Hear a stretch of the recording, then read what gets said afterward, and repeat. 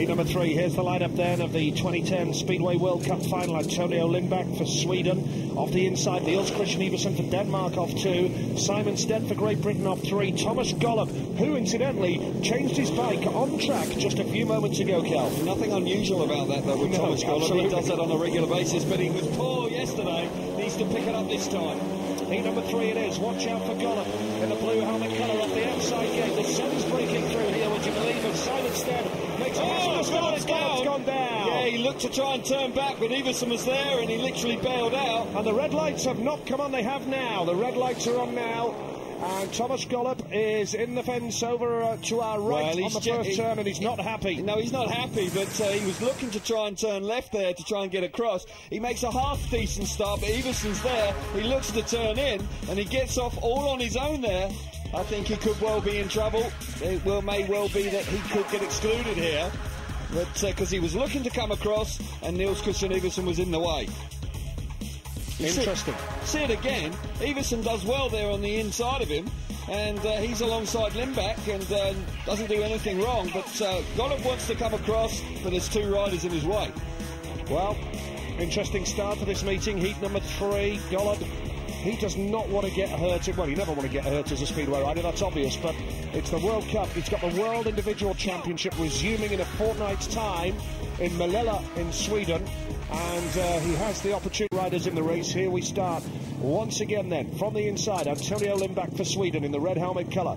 Niels Christian Iversen off gate 2 in white. Gate 3 is Simon Stead for Great Britain, and no rider off the outside. Thomas Gollop absolutely furious with the situation there in the first running of the race in heat number 3. He is excluded as we see Simon Stead back in the World Cup. Did his job at Kings Lynn on Monday superbly, and back in the World Cup, and it's good to see when you bear in mind this time last year, a little bit like Scott Nichols, he was nowhere near the Great Britain squad. That's very true, and it's a little bit of comfort for him now that at the very worst he's going to pick up a point and Great Britain will get themselves on the score chart, but danger men will be to the 2 Scandinavian boys on the inside because they were sharp away first time around, and the inside gates will be strong early doors here.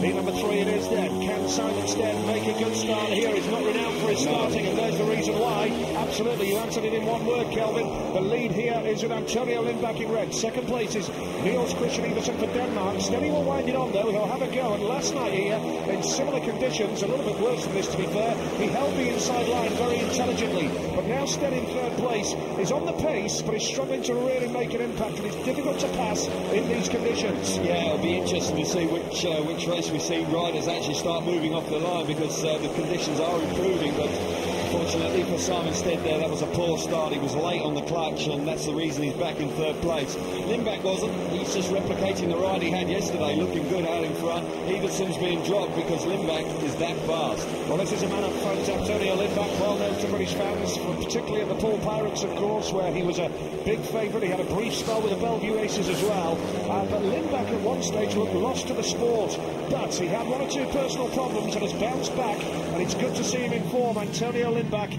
and I just wonder how long it will be before we see that young man back as a fully fledged Grand Prix rider. Yeah, rebuilding his career nicely and gently, and he looks a bit more mature now, and certainly it's been a nice gentle easing back into the sport. But that was a super ride from Lindback, showing a lot of composure. Sometimes he doesn't, he gets a bit twitchy and touch the tapes, but not this time around. Conditions will improve and the racing will subsequently be better, but pretty processional there in heat 3. Yep, Lindback the winner, Iversen was second, Simon Stead was third.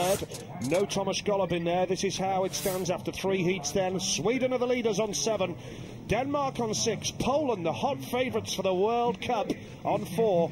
Great Britain have 1 point so far, but Sweden doing a great job with 2 successive wins from Jonas Davidsson and Antonio Lindback in heat number 3. Superb ride, and don't forget we are switching to Sky Sports HD1 and Sky Sports 1 very shortly. Great stuff from Lindback off the inside. What a super start that was. Great composure shown. Iversen there battling hard in second place, but did not have the pace to be able to live with Lindback, who was mightily fast out in front. Certainly was.